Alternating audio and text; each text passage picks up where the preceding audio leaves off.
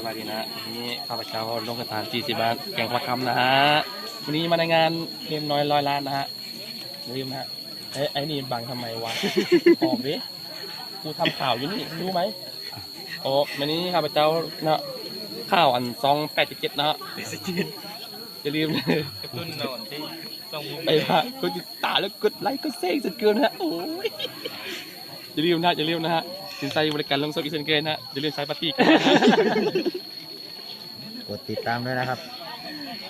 อย่าลืมนะไปกดตาม2877เดี๋ยวนะฮะอย่าลืมนะฮะอันที่จะเข้ามาวันนี้น่ะมีรู้สึกกระไดเนาะเนาะ กะรู้สึกตื่นเต้นดีเนาะระหว่างทางกับยากหน่อยนึงเนาะตื่นเต้นว่าสิบรถไถ10 ปีหรือ10 ปี อ๋อ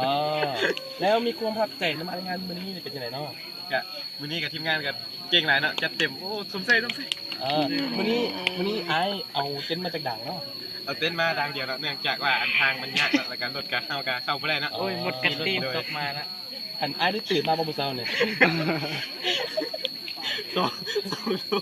สองโต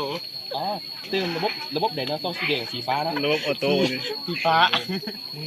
ถึกจับไว้เสาร์นี้เป็นที่ไหนเนาะไอดูซิว่าวันนี้มาในงานคิดไอจุดกูบาลายเก็บลายประมาณหน่อยเนาะ อันกะโบราณปันใดเนาะครูบาอาจารย์2 องค์นะ วันนี้ไอ้มาเนี่ยไอ้ขี่เดินอย่างมาเนาะ ตอนแรกเอาจะขี่อันคุณใหญ่มาเนาะมาขอดทางเข้ามาซ้ายเข้าไปได้เนาะเขาก็เลยขี่รถต๊อกไถมาเนาะ อ๋อ ต๊อกไถโดย น้ำท่วมหรือบ่ท่วมเนาะเจอตะตกไหมเนาะ น้ำท่วมเนาะทางน้ำท่วมมันก็เลยลัดมาทางสวนกระเจ้า โอ้ โดย ไอ้เมื่อนี้เนี่ยส่งเสื้อแอนเปื้อนอยู่บ่ ที่กูมาแต่ดำนาส่งเอากับเพื่อนแหงเนาะ ที่ผมมาจะดำนาแล้ว มื้อนี้ส่งเอกันมาเนาะทีมงานหินไซเนาะ โอ้ยส่งเอจะโด เฮ้ยยันโดแล้ว โอ้ อ๋อ ส่งเอกันมาเนาะ แต่ส่งส่งเอมาในงานเรียบร้อย100 ล้านนะฮะ ได้เนาะ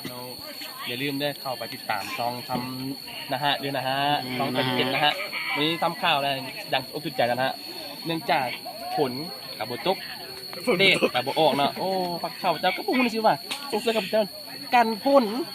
มันคือต้มกระได้นะ หมูในสิว่ามือกองรอนะฮะ โอ้โหว่าไงฮะเอารู้สึกว่าจะได้ไหมแต่ฝากกดไลค์กดแชร์จนเคนะฮะ